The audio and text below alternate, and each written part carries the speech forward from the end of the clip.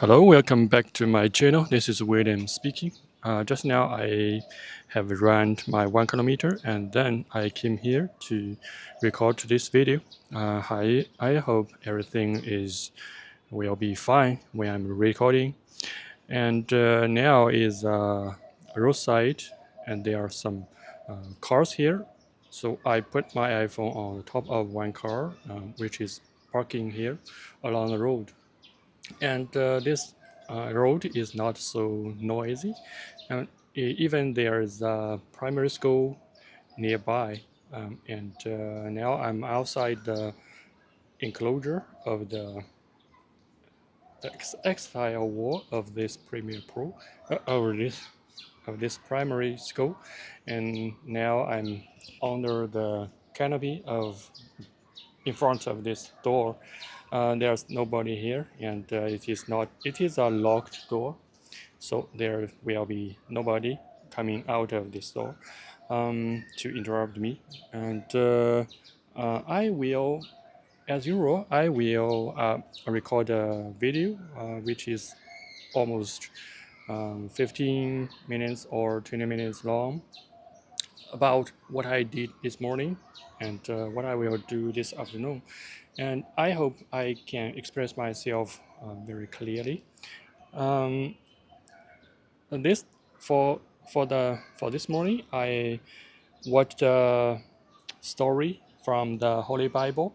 Um, there are so many books in the Bible, and now I'm reading. I read the eighth book, which is called Ruth. Ruth. I'm not sure about the name of this book, but it is talking about a widow um, who who was the yeah mm, Mo Moe Moabite widow, and she went to the land of Israelites, and when she got there, she met a kinsman, and she and the man treated her um, very well, so she became his wife. And in this story, I feel the very deep tradition in this in the religion in the group of people. Previously, I didn't feel the tradition. That is, when you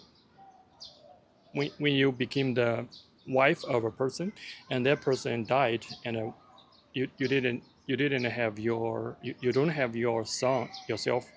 That would be a um, very pathetic situation for yourself, because everything is following the the blood the the bloodline. It is from your husband, and everything the property will be inherited by the firstborn. But when you don't have your son yourself, the line will be cut down, and your property will be will lose from your hand, and some person else will get the property from your side. And if you are in that situation, the widow will be in a very sad, very pathetic uh, situation, and it would be the responsibility of your kinsman to take the responsibility uh, to give you a son to inherit everything, or you will lose so many property. That would be a bad thing for those people.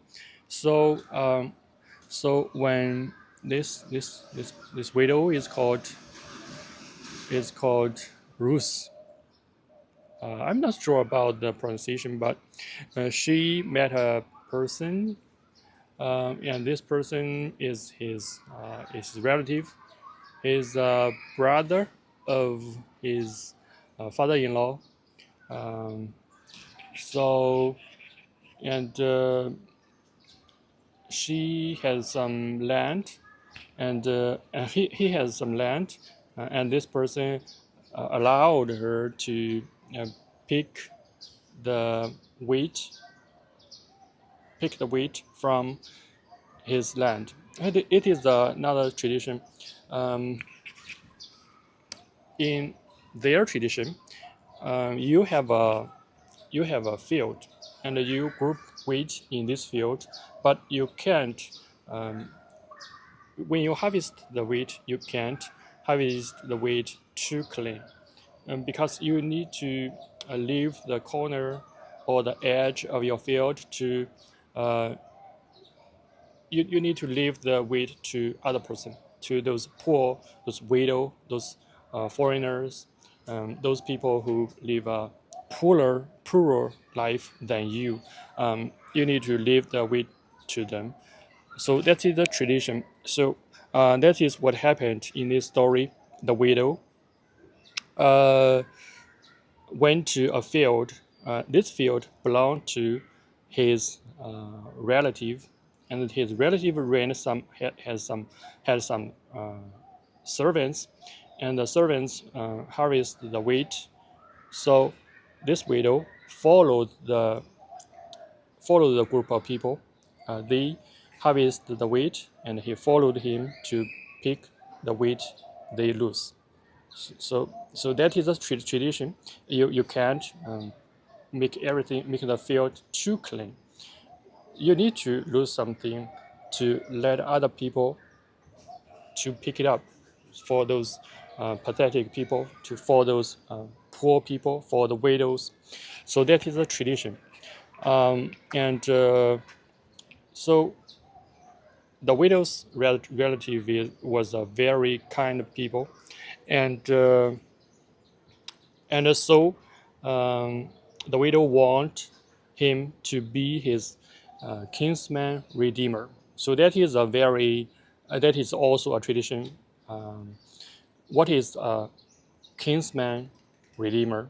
So when you are a widow, you don't have your husband, and also you don't have your father-in-law. You don't have any male relative in your immediate family. You need to ask for help um, to continue your bloodline. So that is what the kinsman redeemer begin. So you ask for the help from your external extensive family to find a male to uh, marry you, to give you, to to in the course to get a son to inherit the property of your bloodline, your first bloodline. And after that, you can have the children with this man, it is not just a marriage. It is not the it is also the responsibility.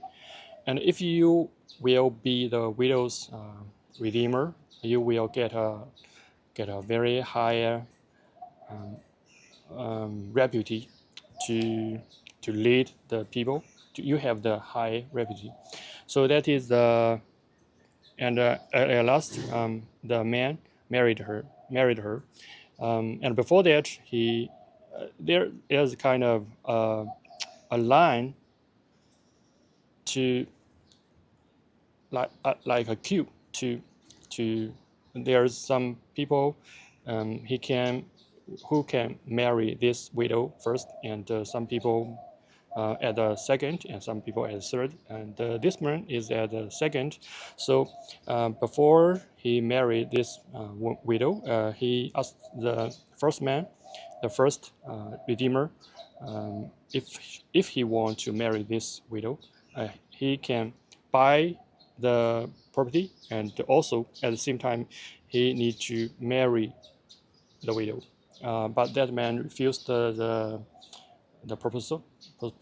proposal, and so this man at the second of the line married the widow, um, and he they had a song called a Bab. I don't know what's the pronunciation. This baby is the grandfather of uh, David, the King David. So that's a story of this seventh. I don't know if it's the seventh or the eighth book of the Holy Bible. It is a very interesting uh, writiness, story. Um, it is pretty heartwarmed story compared to the previous one, which is Judges. It is okay, darkness, dark, turmoil story. Everything is just everyone is was doing right as they will, as what he thought right. It is it's not a very heavy book, but um, this book is called Ruth. Is it's like it gives you kind of hope that this religion is helpable. Um, so so that is what I read this morning. This book has 4 chapters, and I already read the story.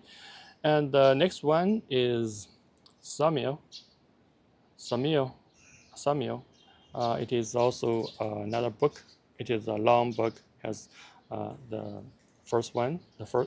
Has 2 books for this book. Okay, and that's what I did this morning. And also I want to see. I spent the last months read so many chapters from the Holy Bible, which is very rewardful. What's the word? Reward.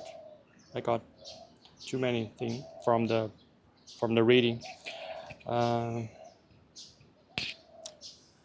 okay. Okay, and just now, when I was jogging, I listened to a video from YouTube. It is also about a Bible. It is a person who was talking about timing. So when you are praying, you usually you will ask for something, but the God will not reply you or apply or make it true immediately. You have your timing, and God has His own timing, and the timing, the 2 type of timing are not the same. Maybe it is 1 minute, 1 minute, you can get it right now, but sometimes it would be some years or 1,000 years. You need to have the faith that the God is almighty, and His decision is always the best. Maybe you will not get your answer immediately, but you need to realize that you are limited. You shouldn't schedule the timing of the God. Instead, you need to follow the God's schedule. Okay, and you will not be so nervous and so impatient. That is what I got from the video. It is also taught. It is also teaching us that we shouldn't be so selfish, self-centered. You need to confess that you are limited. even you feel the world surrounding is so real, you can watch this, you can hear that, you can touch this, you can touch that, but you need to realize that that's not all of them. There are also something you can touch, you can feel, you can understand. You need to uh, you need to realize your limitation. Uh, that's what I got from reading the Holy Bible. Um, the reason I try to turn to criticism is I also have some questions that I can't. I don't have an answer um, in other aspect of my life. I turn to the religion to find the answer, hopefully. So that's why I spend so many hours reading it. It would there are totally about 1,200 chapters in the Bible, so it would take me several months on it. Even I read it very fast. I hope I can finish that before giving it up. Uh, and and this afternoon, I will try uh, to do my task, to do my everyday task, and also I try to uh, do some steps of my Python learning. I'm learning Python, and I try to know how to coding because that's very attractive for me, and I don't want to give it up. And also, I will record video and upload video to YouTube. That's my daily routine. And okay, let's talk about my English listening. Um, I feel sometimes some days I can understand the videos pretty well. I can hear every word and I can understand them very well. But sometimes some days I can't. It's just like something stuffed in your mind, stuffed in your brain, and they can't get in, and you need to have a rest before you can understand them again. Okay, that's what I experienced cycling. Um, there's always some days that I in a month that I can't understand very well, but I try to listen to something to okay, that's what I did. Um, okay, thanks for watching, and hope to see you tomorrow. Bye.